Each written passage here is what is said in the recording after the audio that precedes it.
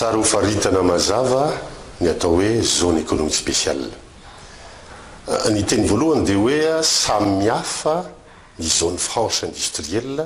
sy ny zone économique spéciale. Izany zone économique spéciale zany dia toerana anankiray voafehy isy ny sehatra raha toe-karena rehetra. Zany hoe tsy industrialy ihany fa misy banky ao, misy toeram-ponenana ao, mety misy hôpitaly ao, mety misy fanaovana fanatanjahantena ao. Zany hoe ho tanàna vaovao mihitsy zany aniriana any afaka 3 taona ohatra izany zone économique spéciale zany. Ka izy io dia raha ohatsika ka mandinika ilay sary eo an-damosiko izay hosodoko nataoko dia azo heverina, azo vinavinaina, vina ny atao hoe zone économique spéciale raha miala amin'io sary io. Zany hoe ho tanàna vaovao ho lehibe lavitra ohatra inimpolo aveny no Antananarivo zay antsoina ireo mpandrara vahiny na teratany malagasy andeha hiasa andrara ao anatin'izany faritra zany. Zay zany ny atao hoe zone économique spéciale zay afakaba, afaketra ary isy fanamorana maro manaraka ny fepetra iraisam-pirenena ny fanamorana eo amin'ny fiasana na fandrarana anatin'izany zone économique spéciale zany. Zay aloha no famaritana ny atao hoe zone économique spéciale. Dia tsika dia miteny hoe samihafa izany lalàna mifehan'ny zone franche zay ao anatina toerana anankiray afaka manofa tany ilay vahiny satria zay lalàna mifehy Madagasikara. Fa ity kosa dia raha manaraka lalàna dia hoe napetraka tany amin'ny Assemblée nationale dia hoe afaka manofa tany ilay vahiny amin'izany toerana lehibe izany mandritsy ny 3 taona azo avozany. Midika inony zay? Midika hoe miantso ny fanjakana manao antso amin'ny alalan'ny appel d'offre, miantso vahiny andeha anajary an'ilay tany mandritsy ny 3 taona azo avozany. Zany hoe sady manajary izy manao viabilisation no mandeha koa amin'ny fietohana andreo fotodrafitrasa rehetrarehetra no miazo ny tombontsoa rehetra sy mametraka ny lalàna ao anatin'izany toeran'izany mandritsy ny 3 taona. Zay ny lalàna ny fehy napetraka tamin'ny assemblée zay tsy lany moa dia natao amboletra indray satria tsy fantatra ny antony. Tsy lany tany amin'ny HCC dia naverina tao amin'ny assemblée dia nilavin'ny député dia natao amboletra niaraka tamin'ilay lalàna ny fehy ny fifidianana. Dikan'izay dia izao. Raha ohatra zany fanjakana ka manao appel d'offre amina développeur zay tsy aivina fa anana ny fahefana feno amin'izany tombontsoa rehetra azo amin'izany zone économique zany dia ho lasa io développeur io zany no karazana tompony lay tany mandritsy ny 3 taona azo avozany. Indrindra moa azo avozana raha ohatra ka succès na nahita fanombiazana ilay zone économique spéciale. Azo avozana amin'ny fotoana tsy voafetra intsony. Itsika menakavy moa amin'izany 3 taona zany dia raha ny tenako manokana moa tsy fantatra ny taonako amin'izany raha mbola eto fa tsy ho fantatra intsony ny hoavin'ilay tany ngeza be zay io développeur io no lasa karazana maire na gouverneur lay toerana na koa président de la république an'ilay toerana. Zany hoe fanjakana ao anatin'ny fanjakana raha io lalàna mipetraka io no apetraka. Ka izay no mahatonga any amin'ny teny hoe tsy ny zone économique spéciale zay amoron'asa maro zay ampisy ny fampasiam-bola betsaka no ratsy ary mbola tsy niteneny zany izahay hatramin'izay na ireo mpanohatra fa ilay lalàna napetraka no kitoto sy petatoko sy tsy mitsinjo ny tombotsoan'ny malagasy fa azo lazaina ary marina mahitsy hoe mivarotra tanindrazana araky ny ambara amin'izao fotoana izao. Zay iny lalàna mifehy zone économique spéciale iny. Eto zay dia mametraka hoe anankiroa ihany koa fandroany no azo lazaina momba ny lalàna iny. Zany hoe nilaza koa zahay hoe tsy mety lay article 41 zay manambara hoe ny karama farafambaniny ao anatin'izany zone économique spéciale zany dia manaraka ny fenitra ivelan'ny zone économique spéciale zay iara-malala moa hoe 150 000 ariary na 750 000 francs FMG. Nahoana no karana farafambaniny no ampanarahana ny fenitra ivelan'ny zone économique spéciale izay misy fiatraikany fitotongany vola malagasy ao anatin'izany. Raha isika mantsy ilay izy dia hoe ao anatin'ny zone économique spéciale io ne ry fanjakana HVM dia vola vahiny daholo no mihodinao, ary tsy misy ifandraisany amin'ny banque centrale sy ny marché interbancaire de devise na midy ny vola mihodinao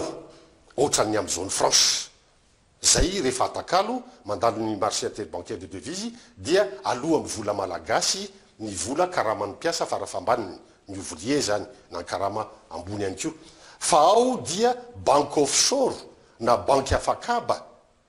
ohatra hoe Barclays Bank na Chase Manhattan Bank na Paribas no ao anatin'io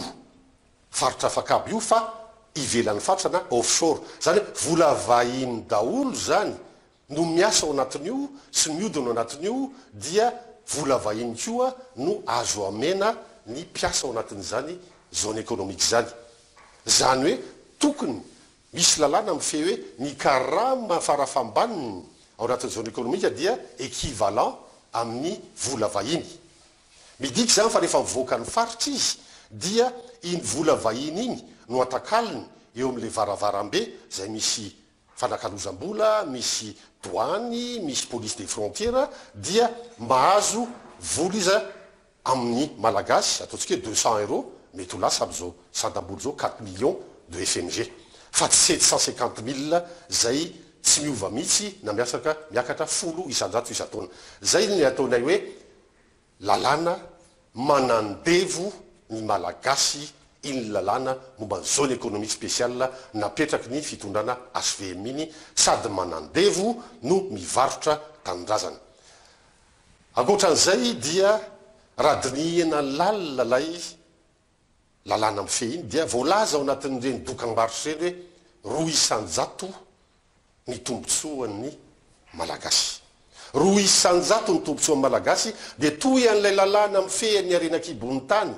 sy ny arena rehetra eto Madagasikara dia 200 na 200 fotsiny no tombotsoan'ny malagasy. Dia voalaza ihany koa hoe ao anatin'izay 200 zay dia isy hôpitaly kely, sekoly kely, tohadrano kely, lalana kely madinidinika no fiatraikany isa-tokantrano amin'ny vahoaka malagasy isa-tokantrano na isa-paritra.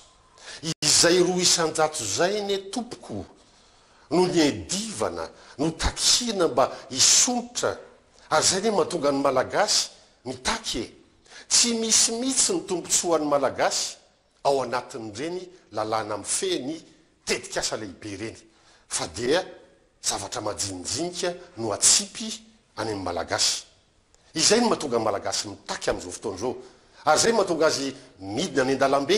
mitaky ny tombotsoany na tombotsoany amin'ny fiainana andavanandro zany na tombotsoany isam-batan'olona na tombotsoany isa-tokantrano satria tsy misy fiatraikany amin'ny malagasy ny arena zay ao ambaniny ny toerana ny tany misy azy. Zay no mahatonga anay miteny hoe matony malagasy mitaky eny indrindra tamin'ity mandahan'ny filoha era-jondrano mampiany ity dia tsy ireny le tombotsoany fa tsy sanatriany vava manonga-panjakana. Aoka hiala mihitsy zay hoe manonga-panjakana zay fa mitaky ary mitaky hatrany ny tombotsoan'ny malagasy zay tsy azo ny hatramin'izay. Ary zay no mahatonga anay miteny hoe tsy gagnant ny lalàna mifehy ny arena rehetra eto Madagasikara sy ny tetikasa lehibe rehetra zay atao eto Madagasikara. Io gagnant io no foto-kevitra hijoroany ny émergence de Madagasikara ilay tena izy sy hijoroany ireo firenena rehetra zay mametraka ny tetikasa émergence manerana izao tontolo zao indrindra moa ireo firenena aziatika. Inona ny atao hoe gagnant? Ny gagnant dia mitsinjo ny lalàna ny tombotsoan'ny malagasy, ny tombotsoan'ny mpandrara malagasy, ny tombotsoan'ny fanjakana malagasy ary ny tombotsoan'ireo vahiny miara-minatoka ao anatin'ireny tetikasa lehibe ireny. Ary rehefa mipetraka io tombotsoa io dia tsy ho 200 fotsiny fa apetraka ao anatin'izany atao hoe société d'économie mixte zany hoe orinasa lehibe anankiray tsy ataontsika hoe société anonyme na SARL toy ny mazatra fa orinasa zay associé mazava tsara ao anatin'izany ny fanjairana malagasy ilay vahiny sy ny malagasy na lay commune na district misy lay tetikasa ary io dia mazava ny fomba fijery vaovao zany hoe tsy miantso vahiny no développeur ny fanjakana fa ny fanjakana mihitsy no développeur ao anatin'le izy miantso vahiny hiara miombonatoka amin'ny malagasy izay ny tokony aovaina ao anatin'ny lalàna io ary zay ny tsy anekenay marindrano io lalàna mifeny zone économique spéciale io zay zany no fitakiana ary andrandrainy ny malagasy ary indrindra moa andrandrainy ny émergence de Madagascar ao anatin'io lalàna zay tokony hoesorina io ary tokony hovaina averina hatramin'ny voalohany satria tsy mametraka ilay toe-tsaina na ilay esprit gagnant gagnant. Ny tsara apetraka mazava ao anatin'ireny fampirarana dia tsara ho fantatry ny malagasy sy ny mpandrara malagasy sy ny fanjakana malagasy fa ireo orinasa aziatika indrindra moa sinoa rehefa tonga eto Madagasikara ka te hifampirara dia raha tsikaritsika dia orinasa mpanjakana avokoa izy ireny na société d'état mety izy miara-minataka amina orinasa vahiny ho anatin'ireny fa orinasa mpanjakana izy no tonga eto Madagasikara dia io orinasa mpanjakana io dia mangataka ny fiara-miasa amin'ny orinasa mpanjakana malagasy ka eo no mipetraka amin'ny fakapana satria rehefa tsy misy intsony satria privatisena daholo ny orinasa mpanjakana malagasy dia tratra ny fakapana ilay mpitondra fanjakana ametraka ny avany na miakaiky azy zay le atao hoe manjary misy népotisme lay fampirarana ary matetika moa zany dia mipotra amin'izao fotoan'izao amin'ireny fitrandrana ny arena kibon'ny tanin'ny malagasy reny ao anatin'ireny tony tetikasa lehibe itony satria tsy interlocuteur fanjakana itsony fa manjary interlocuteur filaza azy amin'ny terme teknika eo akaiky ny mpitondra fanjakana malagasy zay mampiteraka ny olana amin'izao fotoan'izao satria nahoana moa rehefa tsy manaiky ny malagasy amin'ireny fitrandrana rena kibon'ny tany reny dia mitrotra sy mitaky ny malagasy dia manjary misy émoregi be dabe satria olona akaiky ny mpitondra fanjakana no miara-miombonatoka amin'ilay mpandrara vahiny zay no fanazavana mampiteraka olana amin'izao fotoan'izao zay mampitrotra ireo malagasy rehetra manirana amin'ny fatra satria manjary manana endrika hoe mivarotra tanindrazana ilay mpitondra amin'izao fotoan'izao rehefa mampanofa miaraka amin'ny fianakaviany ny arena fitrandrahana ny fanjakana malagasy amin'izao fotoan'izao zay le hoe tsy mety na petatoko na kitoto io lalàna io eto dia ametraka vahaolana izahay dia efa manambara mazava fa misy fomba fanaovana azy zay manara-penitra iraisam-pirenena mba hisin'ilay telo-tombotsoa ny telo-tombotsoa dia ao anatina société d'économiste na orinasa lehibe anankiray zay miara-miombonatoka ao ilay commune ny fanjakana malagasy foibea ny mpandrara malagasy ny malagasy ary lay vahiny io zany dia mipetraka mazava de ny voalohany ao anatin'ny lalàna hoe ny fanjakana malagasy no développeur voalohany izay dia mametraka n'ilay gagnant gagnant izay mametraka ihany koa hoe tsy mivarotra tanindrazana amin'izay fomba fijery na zay approche zay ny fametrahana ny société d'économie mixte ny atao hoe vina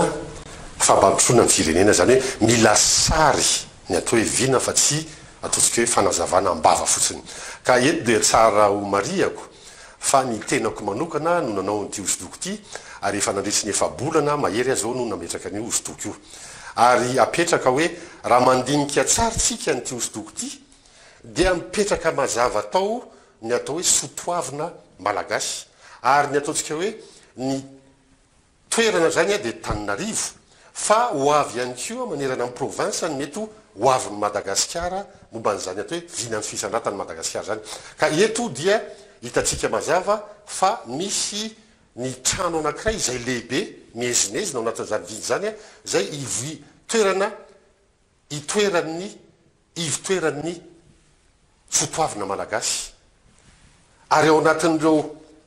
sary rehetra dia mampiseho hoe toy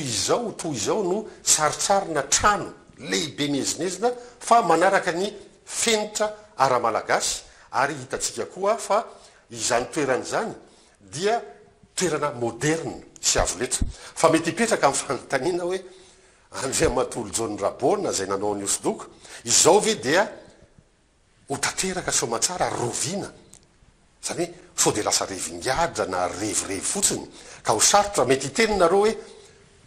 ho afaka 50 taona sa afaka 100 taona vo tanteraka zao misy ny fanazavana ho avy azavaina aminareo hoe azo atao tsara zao ao anatin'ny fotoana 20 taona farafabesany fa mbola ho avy ny fotoana ary zay no entina andresendahatra aoriana kely eo hoe ho tanteraka soamantsara ve izao vin'izao ao anatin'ny fotoana fohy ary eto dia apetraka hoe ity hosodoko ity dia natao ho atolotra